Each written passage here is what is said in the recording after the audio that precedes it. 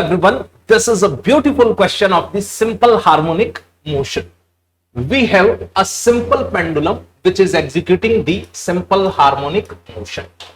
Its period is given as capital T and the angular amplitude of the oscillation is given as theta naught. Okay. Angular momentum about the point of suspension is exhibiting oscillatory behavior with an amplitude A. A is the amplitude of the oscillatory behavior of the angular momentum. Keep that in mind.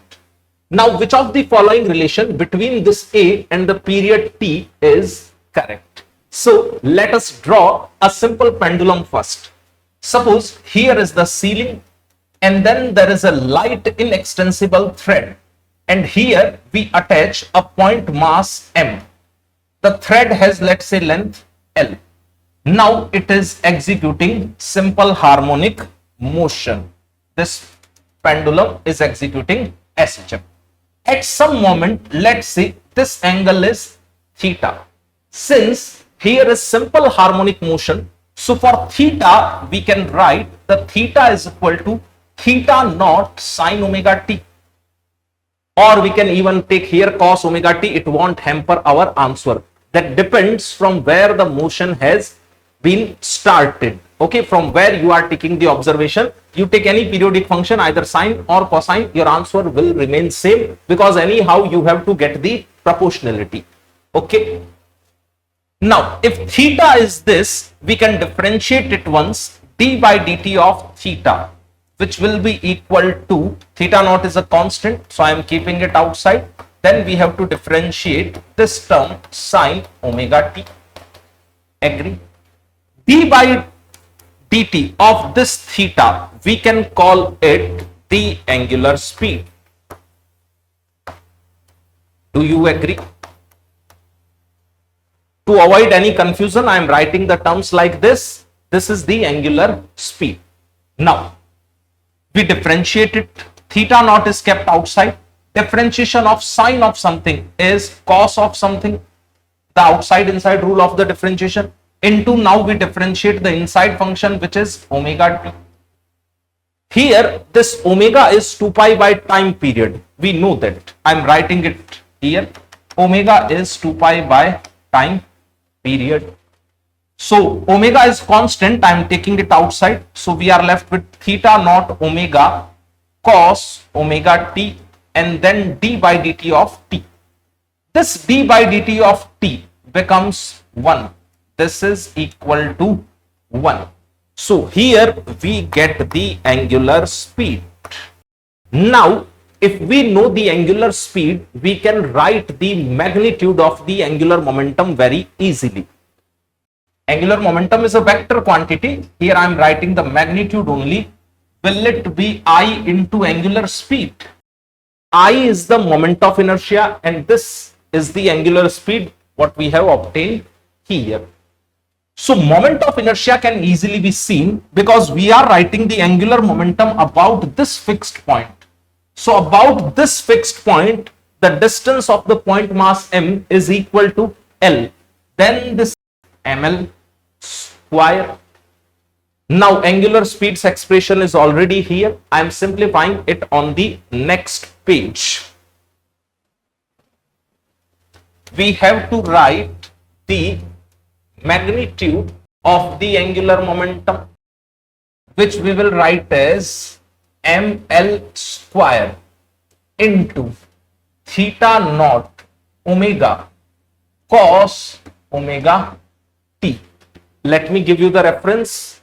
The moment of inertia is ml square and the angular speed then is theta naught omega cos omega t. So here we get the magnitude of the angular momentum. This omega can be written as 2 pi by t. This omega is 2 pi by t. And then we have cos omega t. See, if we look carefully, here is some term which is serving as the amplitude and then cos omega t, a periodic function. It means, according to the language of the question, the amplitude of the oscillatory behavior of the angular momentum was written as capital A. Why? Question said us that there is oscillatory behavior of the angular momentum. The logic lies in this mathematics. If we check the equation, here is cosine present in the equation. That means this angular momentum has the oscillatory behavior. And its amplitude, the question is saying, is equal to A. It means here we can rewrite A is equal to ml square theta naught 2 pi by T.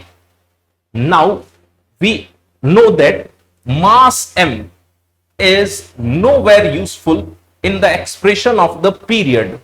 If we write the period of the pendulum, it will be 2 pi root L by G. The mass of pendulum has no use in writing the period, and we need to relate the A and the period T. There are 4 options given to us. So wherever L is present, I will put that L in the terms of T, because our options are in the terms of T and A. Here the M has no relation, so I am leaving it as it is. This theta naught has no relation as per the given options, so I am leaving it as it is. I am going to replace that L. As I know, T is equal to 2 pi root L by G. I square both sides, so T square is equal to 4 pi square L by G. Do you agree? So L can be rewritten. I am writing the data here. M we can keep as it is. Theta naught we can keep as it is. The L I am writing as G T square upon 4 pi square, and then we are left with 2 pi by T. Do you agree? From here I can obtain L is equal to GT square upon 4 pi square. Now our task is to obtain the proportionality. So we know that this M is constant, this theta naught is constant, this G 4 pi square is constant, this 2 pi is constant. If we check the proportionality, here in the numerator we have T2 power 4, and then in the denominator we have a single T. So T2 power 4 and this T is getting simplified, and then we write the final answer. A is proportional to T2 power 3. That is the first option in the given question. So the correct answer should be this. I hope you got the solution. Stay awesome.